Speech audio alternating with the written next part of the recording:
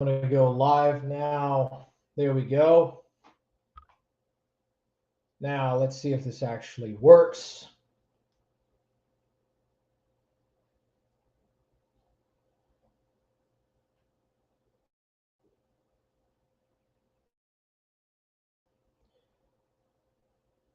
All right, it should be going live right now. Should be going live. There we go.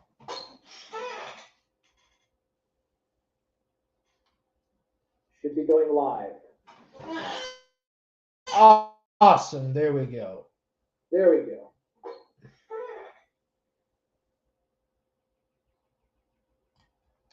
All right. Can you hear me? Okay, so I used up all of the high-speed data on my phone, so I'm going to use StreamYards until I can once again use the high-speed data on my phone.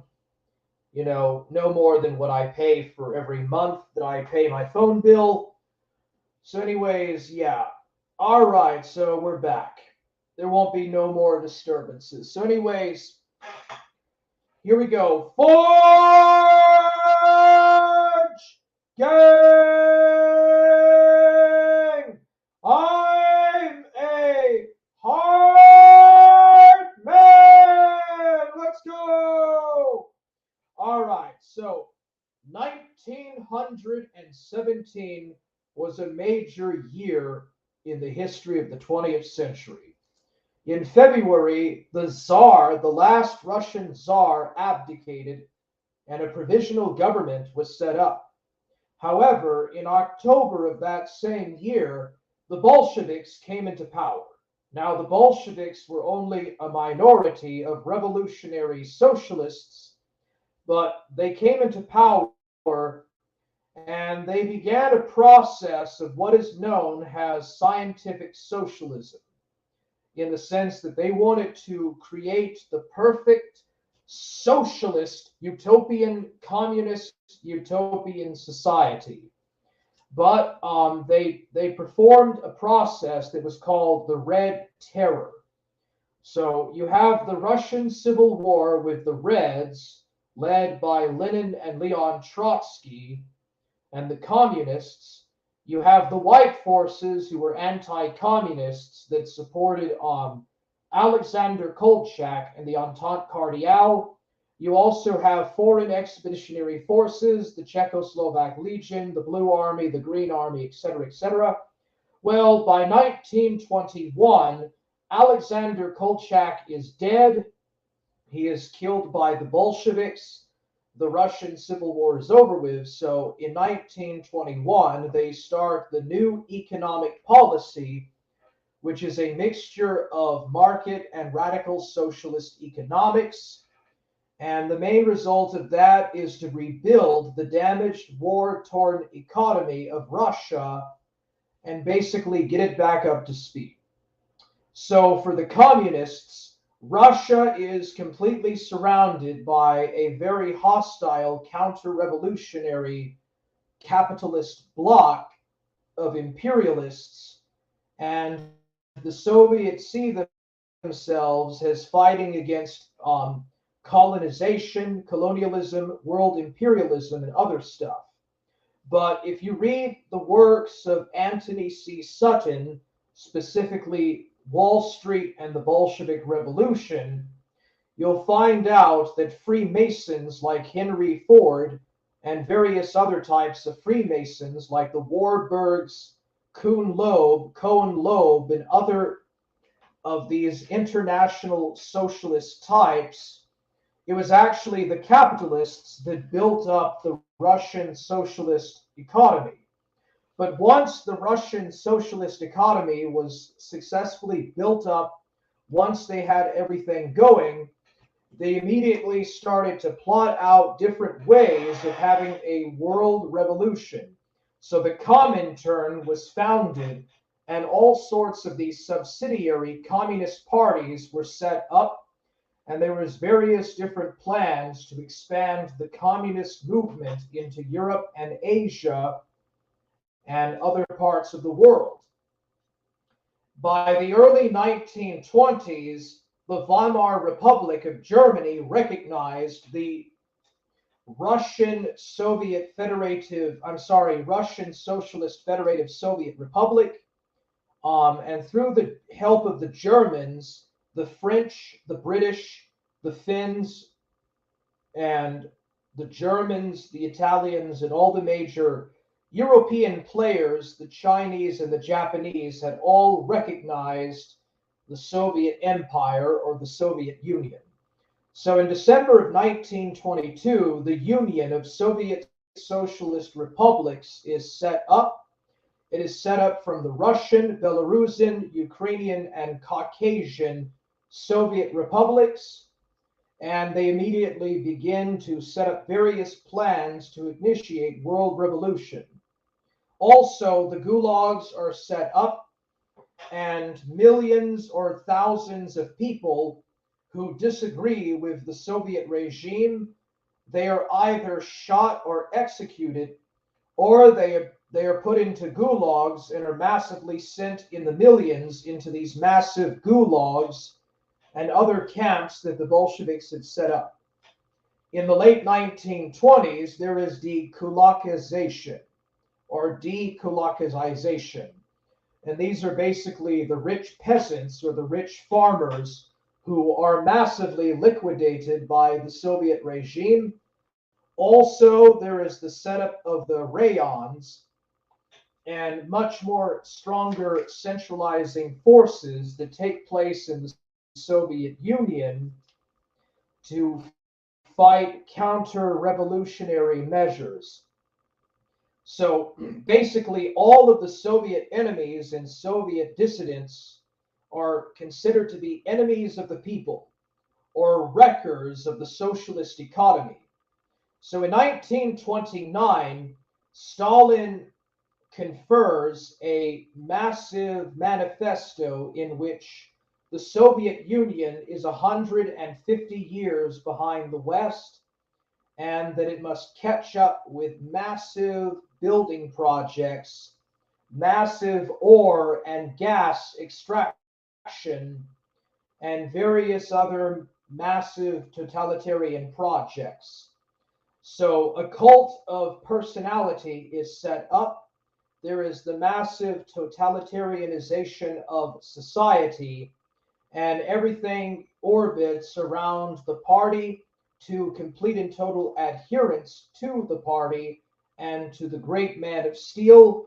The 5-year plan central economy is created, and gradually all throughout the 20s and the early 30s, more and more the Communist Party, the CPSU, takes over control more and more of society, and the former democratic leagues, the former Menshevik orders, and the former democratic leagues are abolished, and their dissidents or opponents are put into gulags.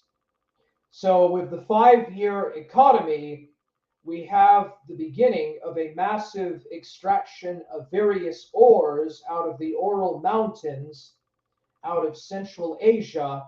Massive projects of collectivization and industrialization take place.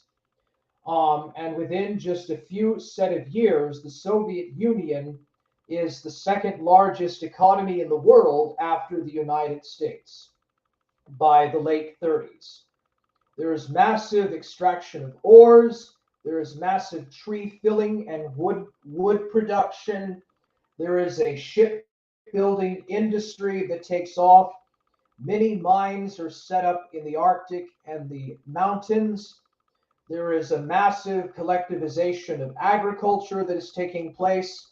But there is also great and massive famines like the Holodomor in the early 30s. With the Holodomor, we have 20 to 30 or 40 million people that die in the Ukraine and central Russia. There is also the bloody purges and the Stalinist reign of terror that takes place. Lots of different types of commissars and compadres and other people reign and rule with the NKVD. There is a massive reign of terror on all dissidents or anyone that so much as looks different or breaks from the standard of the totalitarian regime. By the mid 1930s, Stalin has successfully consolidated and mastered all authority. What follows then is going to be the purges, and there is going to be a massive liquidation of all the kulaks and the rakers, the wreckers, and all of the opponents of the regime, and a gradual liquidation of all opponents and a complete totalitarianization of all aspects of society. So Russia has a very big land dispute with the Republic of China, and there are various wars and expeditions over land between the Soviet Union and the Chinese Kuomintang. There is also 2 points in the 20s, 1923, as well as 1928, in which the Soviet Union almost goes to war with Britain. There is almost a few wars with China and almost 2 very close wars with Great Britain, but they never materialize. Also, in 1938 and 39, there is wars on the border with Japan and Russia, which leads to the Battle of Lake Baikal and the Battle of Khasan, which helped to secure the border regions in the Far East. So there's a few battles and almost a war in all but name with the Empire of Japan. So Russia signs the Molotov-Ribbentrop Pact with Nazi Germany and begins to massively build up a large land army, the largest army in the world at the time, the Red Soviet Army, to fight against Nazi Germany when the aggression breaks out and takes place. There is then the Winter War with Finland, which is very brief, but there is a lot of high fatalities for the Russians. They also occupy Estonia, Latvia, and Lithuania, as well as Western Belarus and Ukraine. And then in 1941, Operation Barbarossa takes place, which is the largest land war in history. And intentionally, the Germans are very successful. They make it to the very gates of Moscow. There is the Great Siege of Leningrad, in which 2 million people die in said siege, or 3.5 million. And the Russians completely mobilize and they fight with huge, massive amounts of tanks, airplanes, heavy artillery, soldiers, pretty much everything that you could imagine. Great, massive battles take place on the Eastern Front. The Americans and the British send Lend-Lease to the Soviets all throughout the war, so they will have food and supplies and clothing and material to help them fight in the war. And it becomes known as the Great Patriotic War against fascism. You have the great massive battle of Stalingrad, the massive battle of Kursk-Selisk, the battle of Charkov, the battles of Moscow, the great tank battle of Kursk, and so forth. So by 1945, the Soviets take Berlin. Hitler commits suicide in his bunker like a fucking pussy-ass whip motherfucker because he was a big bitch. And the Soviets take over all of Eastern Europe and they form the Eastern Bloc. So there is the long telegram in the United States in 1945 that talks about Russian-Soviet aggression. There is the massive different newsletters and different intelligence gathering that talks about how big of a threat the Soviet Union is to world peace and security. You also have the Iron Curtain speech in Fulton, Missouri by Winston Churchill. And there is Operation Unthinkable and all of these other things that talk about massive Soviet atrocities and massive wars in Central Europe because of land disputes between the Soviets and the Western Allies after World War II. And naturally, this leads to the Cold War. Also, Mao Zedong comes to power in China, and the Soviets explode their first atomic bomb.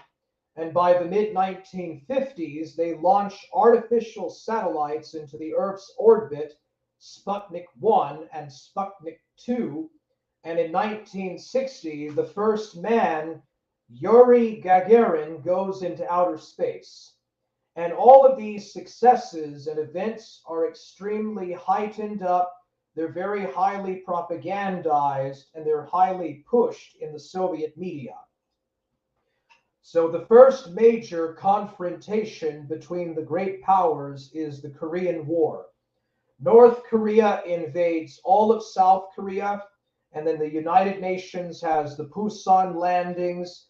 The Allies push all the way up to the Zili River or the Zheli River on the border between Korea and China. Then the Chinese and the Russians, who give military aid to the North Koreans, push back, and eventually all fighting ceases on the KMZ line. I will talk more about the Korean War later.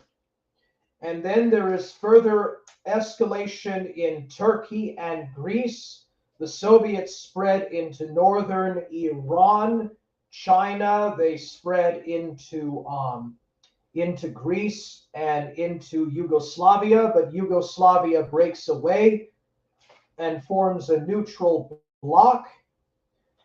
There's Soviet agents and agencies in higher circles of America that are taken out by the McCarthy hearings. So there's a lot of stuff going on. Now, the Soviets do rebuild their economy, but Stalin dies, and there's a major shift of power over to Nikita Khrushchev. And the next major thing that happens is in Hungary, there is an anti-Soviet revolution that breaks out, and this forces the Warsaw Pact and the Soviets to invade Hungary. And there's a lot of street-to-street fighting, a lot of bloodbath, and a lot of violence in Hungary. But basically, the Hungarian reforms are put down. The Hungarian Revolution of 1956 is violently, brutally crushed. And then there is the Cuban Missile Crisis, where Americans are putting missiles and nukes in Turkey, Greece, and in the Mediterranean. And the Soviets react by placing nuclear missiles in Cuba. And this leads to the Cuban Missile Crisis, in which World War III almost breaks out. But at the last minute, the Russians and the Americans agree to disarm and pull out their missile bases or missile silos out of Turkey and Cuba.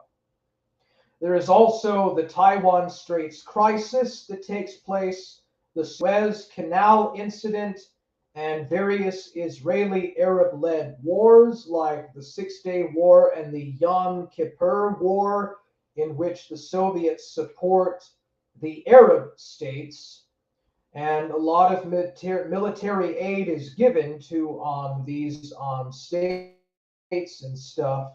The Soviets send various military expeditions into different African countries, and in 1954 there is almost a communist takeover in Nicaragua, but it's put down by the American CIA.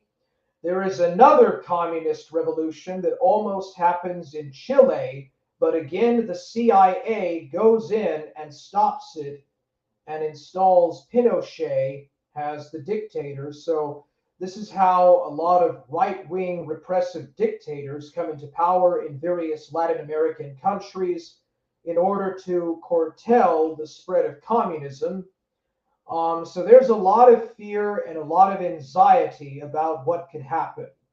So in the Vietnam War, the French are routed and driven out of Indochina by the Battle of Dien Bien Phu, the Americans go in, and there's a lot of battles and a lot of offensives and stuff. But by 1975, the communists win, and South Vietnam is invaded and taken over by North Vietnam with Soviet support. And so the Soviets win the Vietnam War, and it's a very bad falling out issue on the part of America. So, anyways, in 1968, you have the Prague Spring in Czechoslovakia, where there are attempts at various reforms on socialism with a human face. And the Warsaw Pact invades Czechoslovakia and puts down the Prague Spring. It is brutally, inhumanely crushed. There is a lot of killing and a lot of bloodshed and fighting, but Czechoslovakia comes back into the Eastern Bloc. So, anyways, by the 1970s, there is a process of détente between the Western Allies and the Soviets. A process of détente is reached, and there is something of a de escalation in the nuclear arms or the atomic race. There's also the space race between the Soviets and the Americans. The Soviets send some of the first probes to Mars and Venus, but America puts a man on the moon in 1969, and America has the much more successful Gemini and Apollo missions that surpass anything the Soviets can produce. Also, during the Brezhnev era, there is a lot of problems and issues with properly paying the workers, properly helping to give the workers enough health care and enough wages and stuff. And because of that, the living standards of the Soviet workers is substantially less than that of their Western counterparts. There is also a major technological lag that takes place starting in the late 60s and continues into the late 80s. And there is the massive Brezhnev stagnation that transpires. And by the end of the 70s, the Soviets are incapable of using modern agriculture and industry to even feed their own population. And so there's a lot of bread lines and a lot of poor, bad transit and just all sorts of public sector problems and humiliation for the Soviets. In 1979, the Soviets invade Afghanistan, and the Soviet-Afghan War is an absolute disaster, and there's a lot of problems and issues. At the end of the Brezhnev era, with infrastructure and other massive pitfalls in Soviet industry and with the collective economy, and there's also a lot of major losses and unsuccess in the Afghan war. So by the late 80s, Gorbachev is in power. Gorbachev backs down, and it appears that there is something of a lot of disillusionment about communism and the deterioration of the communist ideology in the Soviet Union and the Eastern Bloc. And by 1989, the Berlin Wall falls down, and all of the Eastern Bloc countries overthrow their communist leaders, sometimes even violently, and the two Germanys are reunited. The Berlin Wall falls, and the Soviet Empire begins to crumble. In 1991, there is one final desperate attempt by hardcore leadership to stage a putsch or a coup d'etat against Gorbachev. This coup d'etat goes virtually nowhere, and Boris Yeltsin becomes president of the Russian Federation, and with the Boyo Zoliza the Bajalizwa Accords that happened in Belarus, the Soviet Union agrees to voluntarily dissolve. So on December 26, 1991, the Soviet Union dissolves itself. Russia becomes the successor to the Soviets, and the Cold War is over with. And so, yes, the Western allies peacefully, but quite arbitrarily, succeed in completely dismantling the Soviet Empire in the early 1990s, and the Cold War is largely over with. But there was other factors as well besides a Western coup or a Western-inspired colored revolution that drove the Soviet Union apart. The very people inside of the Soviet Union became that much dissatisfied with the socialist system, the socialist world order, and virtually overnight, the socialist camp is eradicated. And there is virtually nothing left of the Soviet Empire today. It is completely gone by 1990.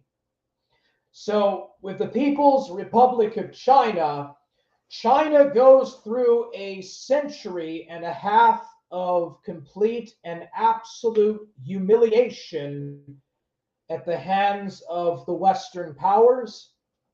And by the 1920s, China is going through a very bad, completely crashed, semi feudal peasant economy.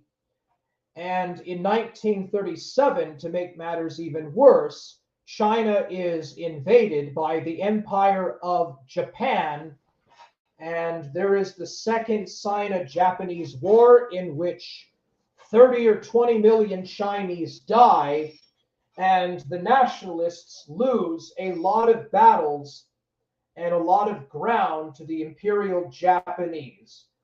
And because of this, the Chinese nationalists are seen as being completely unfaithful to the whims of the people, completely ineffective, completely disorganized, and too much prone to warlordism. But the Chinese Workers' and Peasants' Army, the Chinese Red Army, and the Maoists gain a lot of important ground. There is also a massive reorganization of the Chinese Communist Party according to the lines of Mao Zedong thought, and various other types of guerrilla tactics in the Chinese communist-held areas all throughout the Second Sino-Japanese War and the Chinese Civil War. So in 1949, because of all of this very strong political indoctrination and very successful guerrilla tactics, the communists win the Civil War and they drive the nationalists to Taiwan, to Taipei, and Mao Zedong comes into power as the supreme leader of the People's Republic of China. So China builds up massively, and there is a new complete socialist collective economy. All private property is abolished. The Chinese people are militarized and accept a very strong totalitarian system. A new People's Republic of China constitution is set up. China becomes a proletarian nation, and massive amounts of Soviet aid and material go to China. The Chinese also fight in the Korean War in large numbers when they cross the Yulu-Yalu River, and they attack and fight the Americans and other foreign interventionists all throughout the Korean War. And eventually, even though they suffer extreme high casualties, they actually win a lot of tactical and military advantages against the UN forces, the UN peacekeeping forces, and they retake Pyongyang, and they make it down and even capture Seoul. But the Western allies, the UN peacekeeping forces, retake Seoul and push over to the DMZ, and a truce is agreed upon along the DMZ line. And so the two Koreas are divided. You have the Republic of Korea in the south and the People's Democratic Republic in the north, and the Chinese People's Liberation Army withdraws. And so what then follows is a massive collectivization of agriculture and industrialization of heavy industry. And for a few years, it actually works out. The new socialist system is very successful for China until the anti-rightist campaign. And so with the anti-rightist campaign that takes place, Mao Zedong calls out all dissident leaders and dissident people that are considered as being right of Mao Zedong thought. And as a result, they are all shot or put into re-education camps and are completely liquidated in the anti-rightist campaign. There is also the Sparrows campaign, in which Chinese peasants and farmers go out and they play loud music and flutes, and they kill all of the sparrows, just about all the sparrows in China. And this leads to a massive infestation of crickets and other insects that eat up all the crops because they killed all the sparrows. And because of this, there isn't enough food to eat. And so hundreds of thousands of Chinese peasants starve to death. There is the anti-landlord campaign, in which the semi-feudal nature of China is completely abolished and replaced with state-collected socialism, and the landlords are driven off and killed, and all of their lands are subdivided into people's communes. So now there are two very disastrous policies that the Chinese Communist Party leads. There is the Great Leap Forward, and there is the Cultural Revolution. With the Great Leap Forward in 1958 to 1961, there is this acceleration process that is pushed by Mao, Zhou Enlai, and others to build as much industry as possible and catch up with Great Britain, surpass America, surpass Russia. And this leads to a massive, massive famine that kills over 30 million peasants and farmers.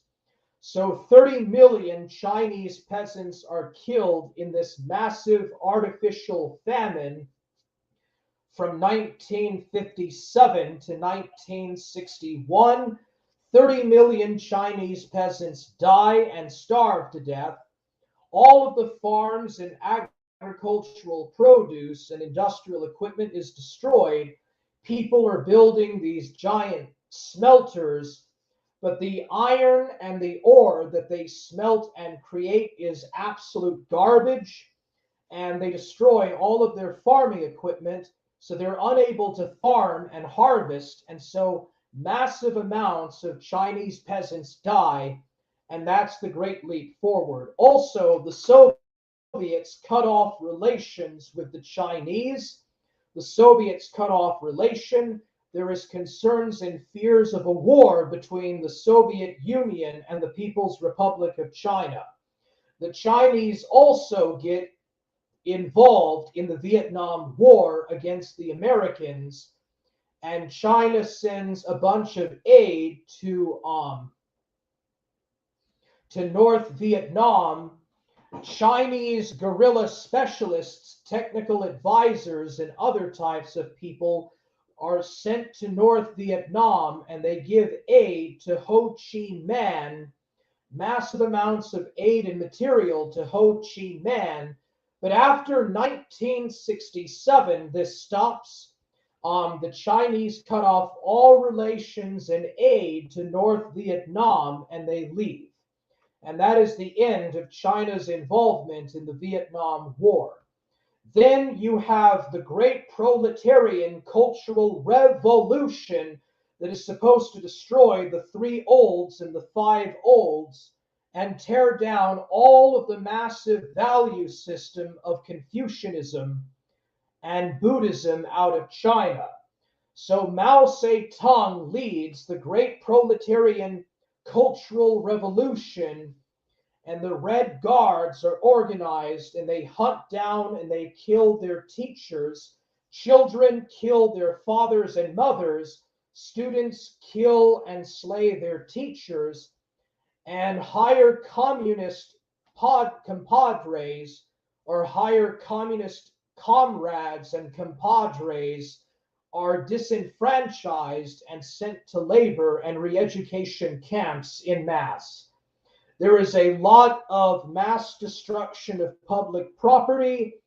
There's basically even something of a civil war that breaks out between different factions of the Red Guard, and there is a complete massive indoctrination and extremism or extremization of the entire of society, especially with young people. So all the schools and universities are closed down. Millions of young revolutionaries are sent to the countryside to learn how to live like the proletariat and to become true proletarian patriots. And about 5 million people die in the Cultural Revolution. And so, because of the 10-year-long Cultural Revolution from 1967 to 1977, the Chinese economy crashes severely. There is a lot of letdowns in industry and agriculture, and in 1968, a brief border war between the Soviet Union and the People's Republic of China breaks out over Damansky Island. The war lasts for about a year. Brezhnev talks about using nuclear weapons, so a bunch of underground bunkers and nuclear deterrents are built up in Beijing and all of the major Chinese cities, and the People's Liberation Army mobilizes and prepares for nuclear war with the Soviets, but eventually a truce is signed between the Soviets and the Red Chinese. So the Cultural Revolution continues. 5 million people die. Virtually all of the intelligentsia is liquidated or disenfranchised, including even Deng Xiaoping, who is sent into exile and forced to do heavy labor at a truck factory, a truck production line factory, for about 5 or 6 years. And a lot of people are beaten up, disabled, and lots of property is damaged. But eventually, Mao Zedong calls off the Cultural Revolution. And so by the 1970s, China's economy is in a complete and absolute slump. The country is on the cusp of starving to death. Millions of people do not have enough nutrition to feed themselves. And there's all sorts of issues and problems with malnutrition and extreme poverty. So in 1976, Mao Zedong dies, and there is a lot of weeping and mourning for him. And something of a democratic movement does grow up in China, but it is severely put down by the People's Liberation Army. And so in the late 1970s, there is a complete revision in policy, political and economic policy for the communists. So Premier Deng Xiaoping introduces Deng Xiaoping thought and economic reform policy, which leads to opening up and economic reforms along a mixed economy. So from now on, China will have a mixed market, capitalist, and socialist economy. And going into the 80s and 90s, the Chinese successfully build up and begin to massively modernize. They become a massive sweatshop for the first world, producing cheap made in China products that they then give to the West. The United States and China have open relations again for the first time since 1949. And there is finally an opening up and market reform policy. And finally, the Chinese are able to feed themselves entirely. They are able to import and export. And there is a massive and successful industrialization and rise of living standard. And a bunch of millionaires come out and make successful money. And there is finally a full-on modernization by the mid-1990s. But then in 1989, if you remember, I told you about that mild democratic movement. There is an attempt in Tiananmen Square to have a democratic movement to lead to reforms that will end one-party rule of the Communist Party and create a multi-party system. And these protesters and people lead to violent protest and violent outbursts and actions. Then the People's Liberation Army is called in, and they virtually fire on and kill and disperse the protesters, and no government or political reforms ever take place. So the People's Republic of China continues to survive to the present day, but it has virtually abandoned all of the main cruxes of Maoism, and instead the Dengist reforms are what drives the Chinese policy and economy today. So anyways, that is my main lecture on the geopolitics of the Soviet Union and the People's Republic of China. I hope you enjoyed it, and that's it. What's up, Thievius Slick? Yo, Hammer. Yo, Thievius, what's up? Let's go! All right, so that's my lecture for today. I hope you enjoyed it. Are there any questions in the chat? It doesn't look like there is, so then I'll go ahead